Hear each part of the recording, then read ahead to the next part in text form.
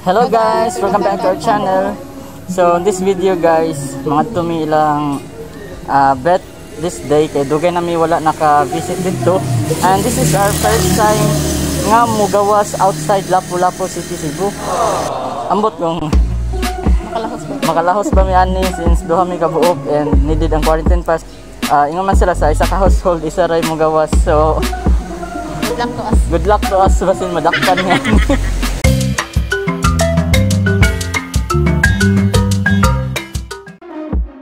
Guys, mausa niya ang reason nga nung parang sarajod kayo may mugawas ni Bet.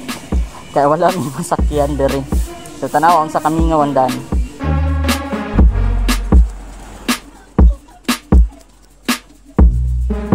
Dili na may mag-jeep or mag-bus.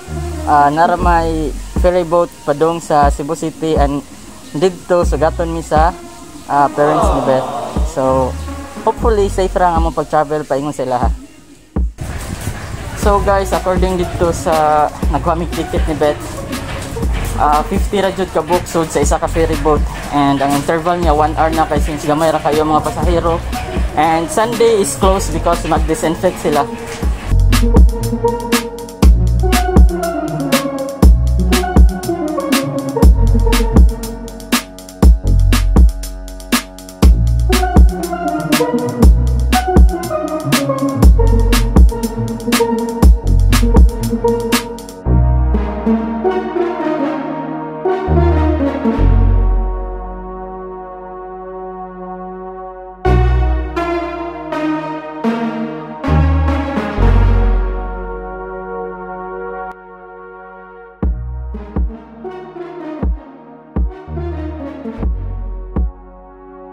Kung before, 8 ang pwede mo lingkod sa isa ka row, karon 4 na lang kay para social distancing.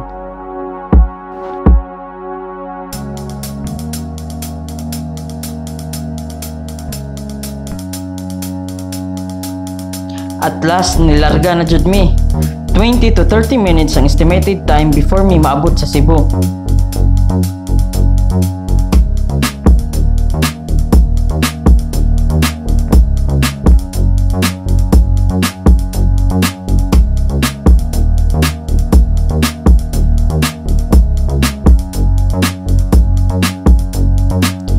Kita po diri kung asa mi gapuyo ni Bet. Darao.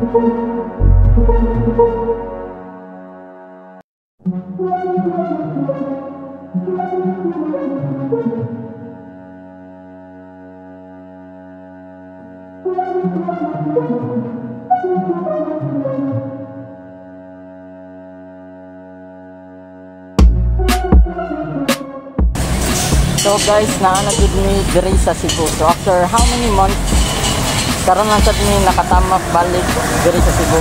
And I notice lang guys no, pag-abot jud na mo diri sa pier, before usually kung mabot na ang bagong ferry boat, automatic na nadagan kay nagpaabot sa likod. But now, kung niyo makita, mingaw jud kayo siya, as in mingaw.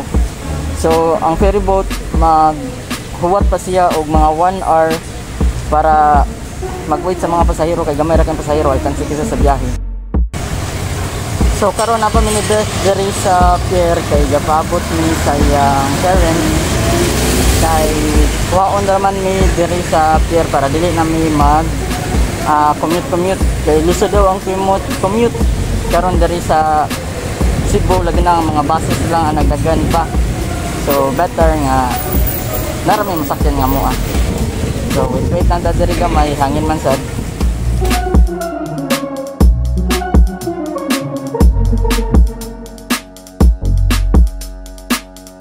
So mag-grocery sa di ay mi before manguli. And for how many months makasulod jud mi pagbalik sa metro.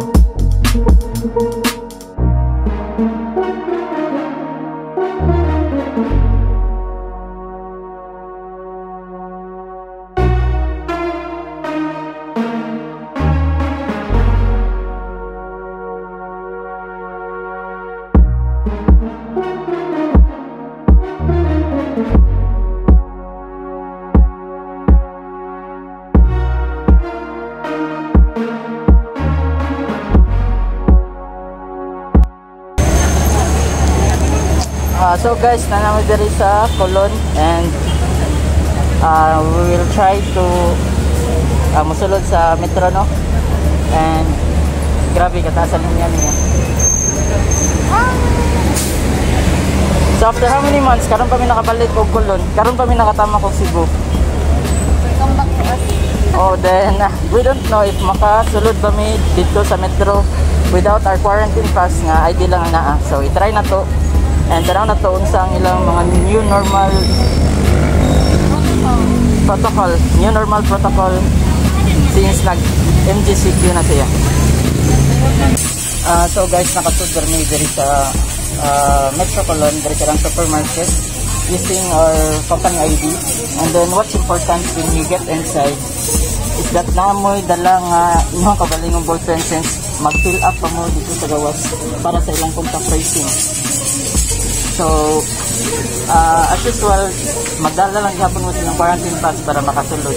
So, since mo kay among gidala company ID or COE para makasulod mo dito sa supermarket. So, manguansa niya, mag-grocery sa amin. Bye-bye.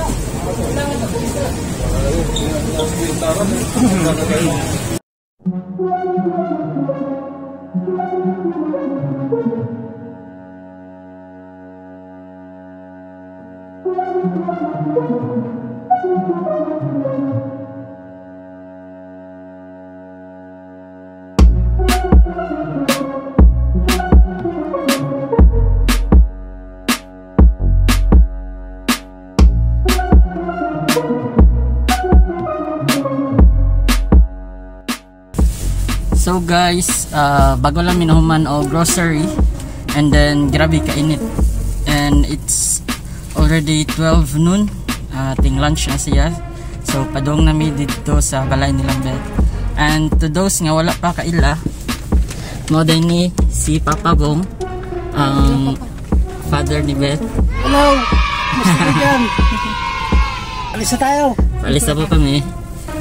Pauwi na kami papunta sa Kinasangan, Pardo. Pagabot na mo sa balay, sila dayon ang isugat na mo. And kitang kita nga gimingaw jud sila sa ilang amo.